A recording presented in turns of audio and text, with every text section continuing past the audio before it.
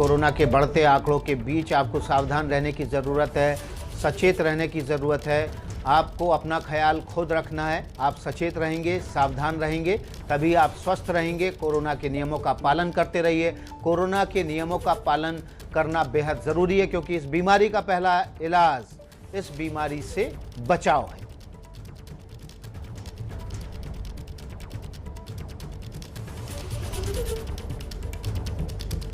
और इस बीच हमारे साथ मध्य प्रदेश के चिकित्सा शिक्षा मंत्री विश्वास सारंग जुड़ गए हैं। विश्वास सारंग जी, आपका बहुत बहुत स्वागत है। मध्य प्रदेश में भी कोरोना ने खासा कहर बरपाया। बहुत सारे लोग जो है वो इलाज के दौरान उनकी मृत्यु हुई। संक्रमण का आंकड़ा जो है वो अभी भी बहुत ज़्यादा है। सरकार किस तरह से इस संक्रमण को सीमित करने की कोशिश में जुटी हुई है? विकास भाई, आपकी बात सही है। पूरे देश में ये जो दूसरा दौर आया कोरोना का, इसने हाहाकार मचाया। पर पिछले हफ्ते से हमें इस बात का संतोष है कि हमने इस तेज गति से बढ़ती हुई संक्रमण की जो चैन है उसको मध्यम करने में सफलता अर्जित की है। और हमारे यहाँ लगातार पॉजिटिविटी रेट कम हो रहा है और रिकवरी रेट बहुत तेज़ी से बढ़ रहा है। मध्य प्रदेश में हमारी सरकार ने हर स्तर पर इस संक्रमण को रोकने के लिए भी प्रयास किए और जो संक्रमित हैं उनके इलाज की समुचित व्यवस्था की। इसमें मैं एक बात और कहना चाहता हूं कि मध्य प्रदेश की जनता को भी मैं ज़रूर श्रेय दूंगा, क्योंकि उनके आत्मानुशासन के कारण ही आज हमने इस संक्रमण की चैन को या इस तेज़ गति से बढ़ते हुए संक्रमण को रोकने में सफलता अर्जित की। एक और सरकार ने सत प्रयास किए, सरकार ने बहुत मुस्तैदी के साथ काम किया, तो उसके साथ साथ जनता ने भी जनता कर्फ्यू के माध्यम से सरकार का साथ देकर इस संक्रमण को चैन को रोकने का काम किया। हम लगातार काम कर रहे हैं, चाहे टेस्टिंग का मामला हो, चाहे बिस्तर उपलब्ध कराने की बात हो, बिस्तरों को बढ़ाने की बात हो, या वेंटिलेटर सपोर्टेड बिस्तर को और ज़्यादा सुव्यवस्थित करने की बात हो, ऑक्सीजन की आपूर्ति की बात हो, या सबसे महत्वपूर्ण की चैन को ब्रेक करने के लिए कोरोना प्रोटोकॉल को सख्ती के साथ लागू करवाने का मामला हो। ऑक्सीजन की बात की विश्वास सारंग, मुझे याद है कि और उसी का परिणाम है कि आज हम शिवराज सिंह चौहान ने सबसे पहले कहा था कि ऑक्सीजन की सप्लाई के लिए ट्रेनों का इस्तेमाल करना चाहिए। जो ऑक्सीजन टैंकर है उनको ट्रेन पर लाद कर जल्दी से जल्दी पहुंचाया जा सकता है, सुरक्षित तरीके से पहुंचाया जा सकता है, उसका इस्तेमाल भी हो रहा है। लेकिन उसके बावजूद मध्य प्रदेश में ऑक्सीजन की कमी की समस्या से लोग जूझ रहे हैं। हमने देखी तस्वीरें, शिवपुरी में एक महिला सब इंस्पेक्टर, उसके पति ऑक्सीजन बेड नहीं मिलने की वजह से अस्पताल के बाहर उनकी मौत हो गई। नहीं, देखिए विकास भाई, किसी की भी मृत्यु तो बहुत दुर्भाग्यपूर्ण है, पर मैं यहाँ स्पष्ट करना चाहता हूँ कि मध्य प्रदेश में कहीं भी किसी भी स्थान पर और कभी भी ऑक्सीजन की कमी के कारण किसी की मृत्यु नहीं हुई। ये बात सही है कि ऑक्सीजन हमारे लिए एक बड़ी चुनौती थी, पर जैसा आपने कहा कि मुख्यमंत्री जी ने खुद स्वयं आगे आकर इस चुनौती का सामना किया, और हमें इस बात की बहुत प्रसन्नता है और हम अपने आप को, मैं इस बात को संतोष व्यक्त करते हैं कि हमें जो देश का कोटा मिला था उस कोटे के हिसाब से हमें जितनी ऑक्सीजन मिलनी थी उसको 100% प्रोक्योर करने में हम सफल रहे हैं। हमने केवल रेल को ही उपयोग नहीं किया, हमने बहुत मुस्तैदी के साथ सड़क मार्ग से भी टैंकरों को बुलवाने के लिए ऑक्सीजन के टैंकर को हमने एम्बुलेंस का दर्जा दिया, हमने ग्रीन कॉरिडोर बनाया, हमने इस बात को सुनिश्चित किया कि हर टैंकर के आगे पुलिस की एक पायलट गाड़ी हमने चलाई। और केवल यही नहीं, खाली टैंकर को भरने के लिए हमने वायुयान के विमानों का भी उपयोग किया। तो ऑक्सीजन को लेकर हमने एक जो कंट्रोल रूम बनाया था उसका सुचारू रूप से काम किया। और मुझे इस बात की बहुत प्रसन्नता है कि हम आज हमारी आपूर्ति और खपत का जो भी अनुपात है उसको मेंटेन करने में सफल रहे हैं। और केवल यही नहीं विकास भाई, इसमें मैं एक बात और इंगित करना चाहता हूं कि वैक्सीनेशन, जो कि इस महामारी की लड़ाई का सबसे कारगर अस्त्र है, उसको लेकर भी हमने बहुत अच्छी व्यवस्था की है। पहले दोनों चरणों में, चाहे वो हेल्थ वर्कर का वैक्सीनेशन हो, चाहे कोरोना वॉरियर्स का वैक्सीनेशन हो, उसमें हमारी सरकार ने बहुत अच्छे से काम किया। और अब 18 साल से ज़्यादा उम्र के लोगों का भी वैक्सीनेशन प्रोग्राम हम सुचारू रूप से मध्य प्रदेश में कर रहे हैं। जी, विश्वास सारंग जी हमारे साथ छत्तीसगढ़ के स्वास्थ्य मंत्री टी सिंह देव भी जुड़ गए हैं। सीधे उनके पास भी चलते हैं, उनसे भी बातचीत कर लेते हैं। सिंह साहब, आपका बहुत बहुत स्वागत है। छत्तीसगढ़ वो राज्य है जहां पर जो संक्रमण का जो आंकड़े हैं वो बहुत ज़्यादा हैं। वहाँ पर संक्रमण कंट्रोल नहीं हो पा रहा है, इसको लेकर लगातार कोशिशें कर रही है आपकी सरकार, लेकिन क्या वजह है कि संक्रमण का आंकड़ा जो है वो कंट्रोल नहीं हो पा रहा है? अगर आप पिछले एक हफ्ते के भी आंकड़े देखेंगे तो संक्रमण की संख्या भी और प्रतिशतता भी कम होती गई है। यहाँ तक कि कल 18 दशमलव कुछ पे पॉजिटिविटी आई है, जो 30 के आसपास थी। तो ये तो कहना उचित नहीं होगा, सही नहीं होगा कि संक्रमण में कमी नहीं आ रही है, कंट्रोल नहीं हो रहा है। कंट्रोल हो रहा है।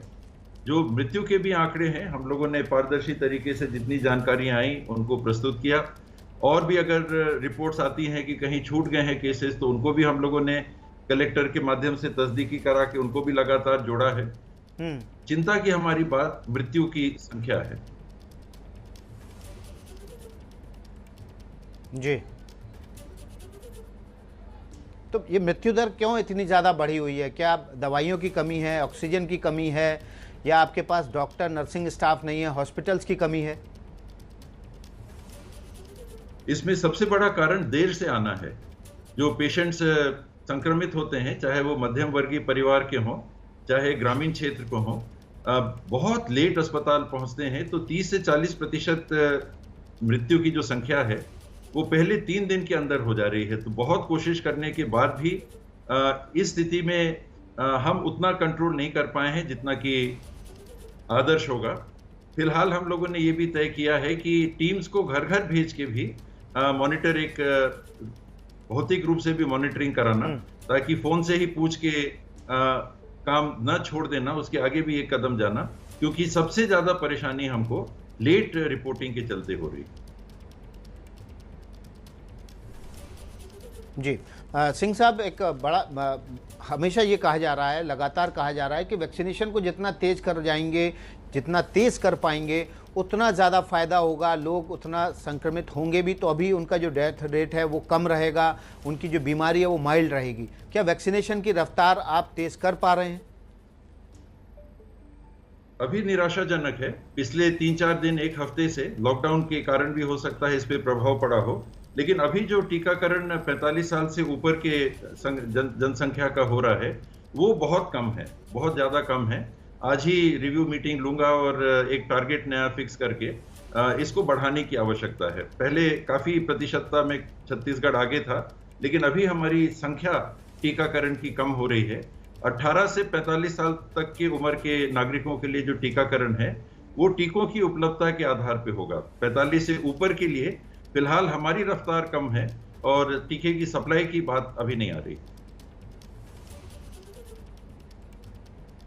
जी, बड़ी ईमानदारी से आप सिंह साहब ये स्वीकार कर रहे हैं कि जो रफ्तार है वो कम है। आमतौर पर सरकारें ये बात नहीं कहते हैं, सरकार के जो प्रतिनिधि होते हैं इस बात को नहीं कहते हैं कि उनकी तरफ से रफ्तार धीमी है। हमारे साथ विश्वास सारंग है, मध्य प्रदेश आपके पड़ोसी राज्य के शिक्षा मंत्री हैं। विश्वास सारंग जी, आपके यहाँ जो टीकाकरण की रफ्तार है वो संतोषजनक है? ईमानदारी से बताइएगा। नहीं, निश्चित रूप से विकास भाई, हमारे यहाँ संतोषजनक है। और मैंने जैसा बोला कि जो हेल्थ वर्कर का हमारा पहले चरण का वैक्सीनेशन प्रोग्राम था, उसमें हमने देश में अव्वल स्थान प्राप्त किया। जो हमारा कोरोना वॉरियर्स का, फ्रंटलाइन वर्कर्स का जो वैक्सीनेशन था वो भी बहुत अच्छा हुआ।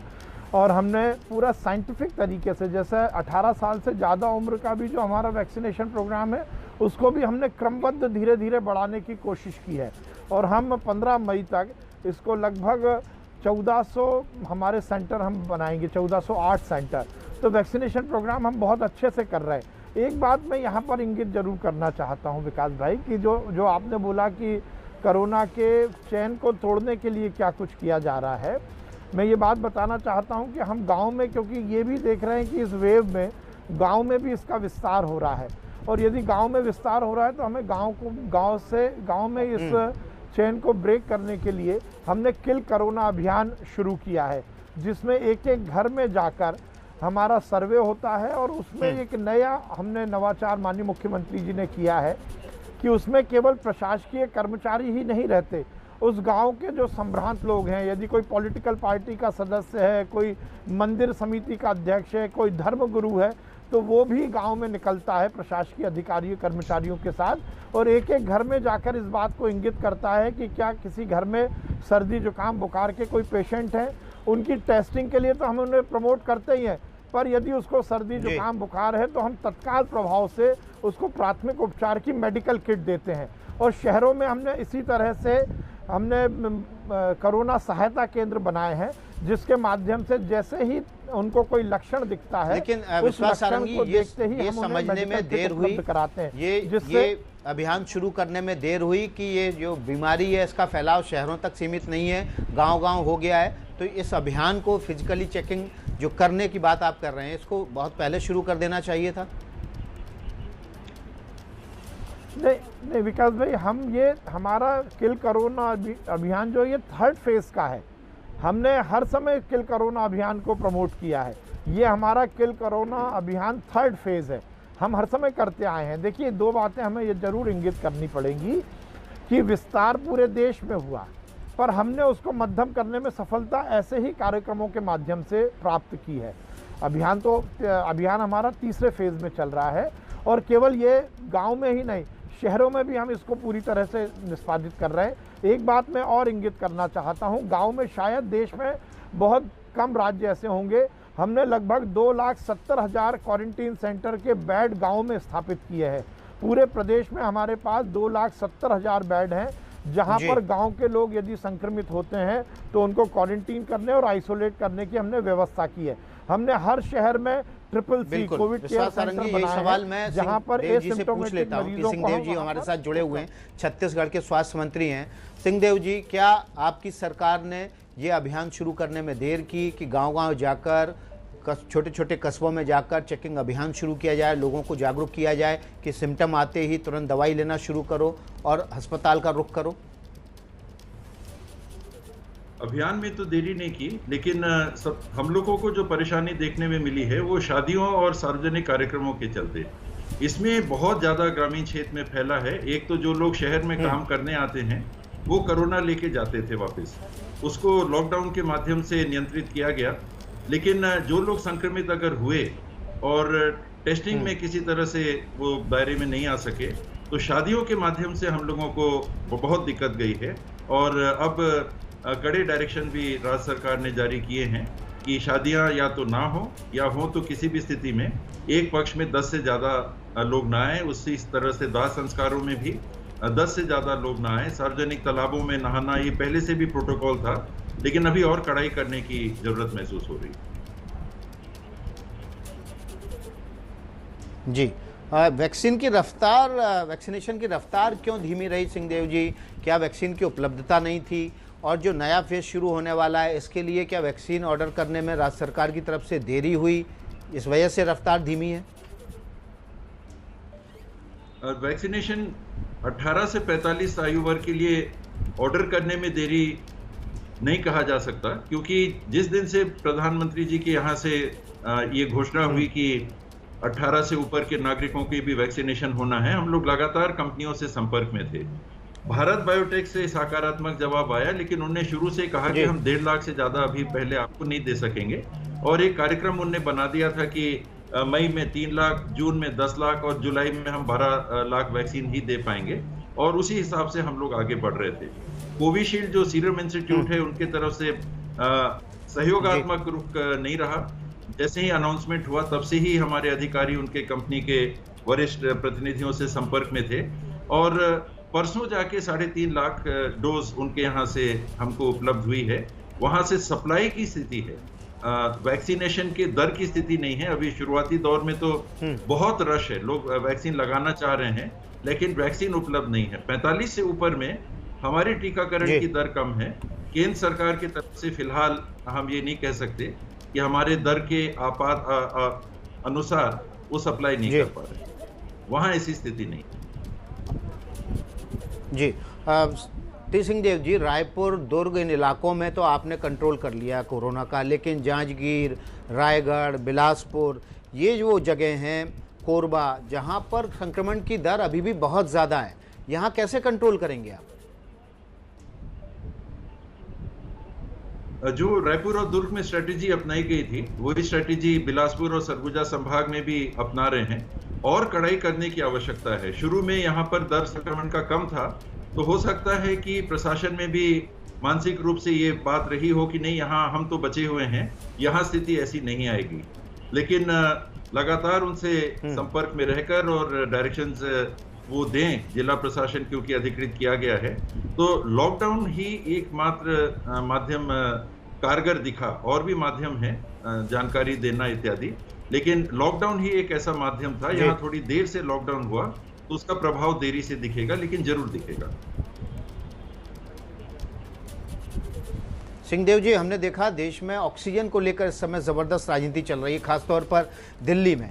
और क्या आपके राज्य में कभी कोई स्टेज ऐसी आई जब ऑक्सीजन की कमी हुई हो? ऑक्सीजन मैनेजमेंट आपके राज्य का कैसा रहा? ऑक्सीजन सप्लाई कैसी रही? ऑक्सीजन निर्माता सरप्लस प्रदेशों में छत्तीसगढ़ रहा है, तो ऑक्सीजन के सप्लाई की हमको, उपलब्धता की हमको दिक्कत नहीं थी। दिक्कत आई बड़ी मात्रा में जब ऑक्सीजन शुरुआत में लगी, तो ऑक्सीजन सिलेंडर्स की, उसके लॉजिस्टिक्स को फैक्ट्री से अस्पतालों तक पहुंचाने में हमको जो दिक्कत आई, ये दिक्कत आई थी। कुछ प्लांट्स हमने ऑक्सीजन जनरेटिंग प्लांट स्थापित कर दिए थे, सितंबर 2020 से ही चालू कर दिया था काम, तो वो हमारे लिए कुछ राहत की बात हुई। ऑक्सीजन, लिक्विड ऑक्सीजन के टैंक्स भी बड़े अस्पतालों में लगाने का क्रम चल रहा है, लेकिन ये अभी चल रहा है। फिलहाल लॉजिस्टिक्स की जो दिक्कत थी, जंबो सिलेंडर्स की उपलब्धता की जो दिक्कत थी, ये हमको दिक्कत रही। ऑक्सीजन वो जो ऑक्सीजन अपने आप में ऑक्सीजन था, उसकी हमारे पास कमी नहीं। जी, बहुत बहुत शुक्रिया श्री सिंहदेव आपका इस जानकारी के लिए। आपके पास आऊँगा, लेकिन इस बीच हमारे साथ विश्वास सारंग भी जुड़े हुए हैं, चिकित्सा शिक्षा मंत्री मध्य प्रदेश के, उनका भी रुख कर लेते हैं। सारंग साहब, हमने देखा कि मध्य प्रदेश में ऑक्सीजन टैंकर को लेकर खूब राजनीति हुई है। कमलनाथ ने कहा कि वो एक टैंकर भिजवा रहे हैं। एक विधायक हैं प्रवीण पाठक, उन्होंने कहा कि उनके पास 5 टैंकर उड़ीसा से पहुंच रहे हैं और ग्वालियर में ऑक्सीजन की कमी नहीं होगी। एक बार कहा गया कमलनाथ की तरफ से कि फरीदाबाद के आइनॉक्स प्लांट से उन्होंने ऑक्सीजन टैंकर ग्वालियर के लिए और शिवपुरी के लिए भिजवाया है। एक बार ज्योतिरादित्य सिंधिया ने कहा कि टैंकर उन्होंने ग्वालियर के लिए ऑक्सीजन का भिजवा दिया है। ये टैंकर को लेकर, ऑक्सीजन टैंकर को लेकर इतनी राजनीति मध्य प्रदेश में क्यों हुई? देखिए विकास भाई, वैसे ये राजनीति करने का विषय नहीं है, परंतु ये जरूर रहा है कि इस महामारी में कांग्रेस के नेताओं ने अपनी जिम्मेदारी का निर्वहन तो नहीं किया, केवल फोटो अपॉर्चुनिटी और मीडिया के सामने सुर्खियों में बने रहने के लिए इस तरह की बात की। कमलनाथ जी ने जो कहा वो अभी तक फोटो अपॉर्चुनिटी तो इंदौर से आई थी, जैसे ही टैंकर पहुंचा वहाँ बीजेपी के नेता पहुंच गए फूल माला लेकर, वहां पर पूजा की गई, बजाय इसके कि टैंकर की सप्लाई तुरंत, ऑक्सीजन की सप्लाई जो है वो हॉस्पिटल को दी जाती, फोटो खिंचवाते रहे नेता। नहीं विकास भाई, बीजेपी की तरफ से कहीं कुछ नहीं हुआ। जैसा आपने खुद ने जिक्र किया कि कभी कमलनाथ जी ने कुछ कहा, कहीं कांग्रेस के किसी विधायक ने कुछ कहा। मैं फिर कह रहा हूं कि मैं बिल्कुल राजनीतिक बात नहीं करना चाहता, परंतु ये दुर्भाग्यपूर्ण है कि इस देश में इस महामारी के समय कांग्रेस के नेताओं ने जिस प्रकार से गैर जिम्मेदाराना रुख अपनाया है, कभी कोई वैक्सीन को लेकर अनर्गल बातें करता है, कभी कोई वैक्सीन को लेकर नहीं लगाने की बातें करता है, कभी कोई ऑक्सीजन को लेकर बात करता है। जो कियोस्क मचा पूरे देश में वो कांग्रेस के नेताओं के कारण हुआ। और मध्य प्रदेश में तो कमलनाथ जी यदि ये बात करते हैं तो फिर मैं इंगित करना चाहता हूँ कि जब कोरोना का दौर शुरू हुआ था उस समय कमलनाथ जी मध्य प्रदेश के मुख्यमंत्री थे, परंतु कमलनाथ जी ने मध्य प्रदेश में कोरोना को लेकर कुछ नहीं किया। वो हॉटस्पॉट जो इंदौर है, जो आज भी हॉटस्पॉट बना हुआ है, उस समय कमलनाथ जी जब मुख्यमंत्री थे तो वहाँ पर आईफा अवार्ड आयोजित करने की पार्टी कर रहे थे, ना कि कोरोना की समीक्षा। तो जो स्थितियां बनी है उसको लेकर कमलनाथ जी या कांग्रेस ने कुछ भी नहीं किया। पर मैं फिर कहता हूं कि ये राजनीति करने का विषय नहीं है। हम पूरी, लेकिन सबसे बुरा दौर तो आपकी सरकार के समय देखा ना मध्य प्रदेश ने। मध्य प्रदेश सबसे ज्यादा बुरा दौर तो बीजेपी की सरकार, शिवराज सिंह की सरकार के समय देखा ना। अस्पतालों में बिस्तर नहीं थे, दवाइयां नहीं थी, रेमडेसिविर की कालाबाजारी हो रही थी, तमाम जो इंजेक्शन थे वो उपलब्ध नहीं थे, फेविफ्लू नहीं उपलब्ध था? विकास जी, मैं पूरी दृढ़ता के साथ ये कह रहा हूँ कि मध्य प्रदेश में कोई भी दिन ऐसा नहीं आया जब हम बिस्तर उपलब्ध नहीं करा पाए। मैं पूरी दृढ़ता के साथ कह रहा हूँ। जहाँ तक आप बात कर रहे हैं बिस्तर की, यदि चॉइस अस्पताल की करे, कोई भी व्यक्ति ये बोले कि मुझे इसी अस्पताल में बिस्तर चाहिए, तो हो सकता है उसको दिक्कत आई हो, पर ये भगवान की कृपा रही कि हम मध्य प्रदेश में इस भीषण, जब सबसे तेज गति से देश में ये संक्रमण बढ़ा था, उस समय भी हम मध्य प्रदेश में हर जिले में बिस्तर उपलब्ध कराने में सफल रहे थे। और भी जो हमारी एम्यूनिटीज़ हैं, बाकी चीज़ें भी हैं, उसमें हमारी कहीं कोई कमी नहीं आई। जहाँ तक रेमडेसिविर की बात कर रहे हैं आप, मैं फिर पूरी दृढ़ता के साथ कहता हूँ, ICMR और एम्स के गाइडलाइन के हिसाब से जिस भी मरीज को रेमडेसिविर लगना था उसको हमने पूरी उपलब्धता दी।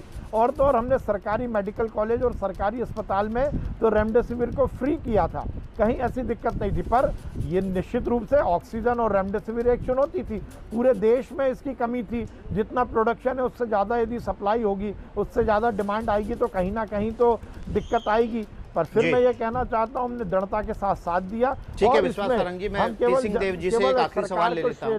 टी सिंह देव जी, छत्तीसगढ़ ने देश के अलग अलग हिस्सों में ऑक्सीजन भेजी, ऑक्सीजन की आपके पास कमी नहीं थी, लेकिन सिलेंडर की कमी थी। उसको समय रहते सरकार नहीं भाप पाई कि इस कमी को, ट्रांसपोर्टेशन को दूर करने के लिए तुरंत कदम उठाने चाहिए? उसके लिए कार्रवाई भी की। जो इंडस्ट्रियल ग्रेड ऑक्सीजन बन रहा था उसको मेडिकल ग्रेड ऑक्सीजन कन्वर्ट करने के लिए बहुत पहले आदेश भी दे दिए गए। और जितने हमारी निजी कंपनियां थी जिनके पास जंबो सिलेंडर रहते हैं, उनसे जंबो सिलेंडर भी लिए गए। हमारी मांग अगर 20,000 जंबो सिलेंडर्स की थी तो प्रदेश में उपलब्ध रहे होंगे 5,000, 7,000, 8,000। तो जो सारंग जी कह रहे थे, हालांकि राजनीति की बात नहीं कहेंगे, कहा उनने, लेकिन कांग्रेस को खूब याद किया। वो उनकी मंशा है, वो जैसे भी प्रस्तुति करना चाहें। यहाँ मैं इतना ही कहूँगा कि केंद्र सरकार से भी 20,000 सिलेंडर की हम लोगों ने मांग की, अभी तक एक नहीं आ पाया। जो देश में निर्माता कंपनियां हैं उनसे भी हमने मांग की, बहुत धीरे धीरे सिलेंडर्स उपलब्ध हो पा रहे हैं। ये संयोग और गनीमत है कि पीक उतर गया और सप्लाई अभी भी कम है पीक के अनुसार में, लेकिन हम उसकी पूर्ति करके रखेंगे।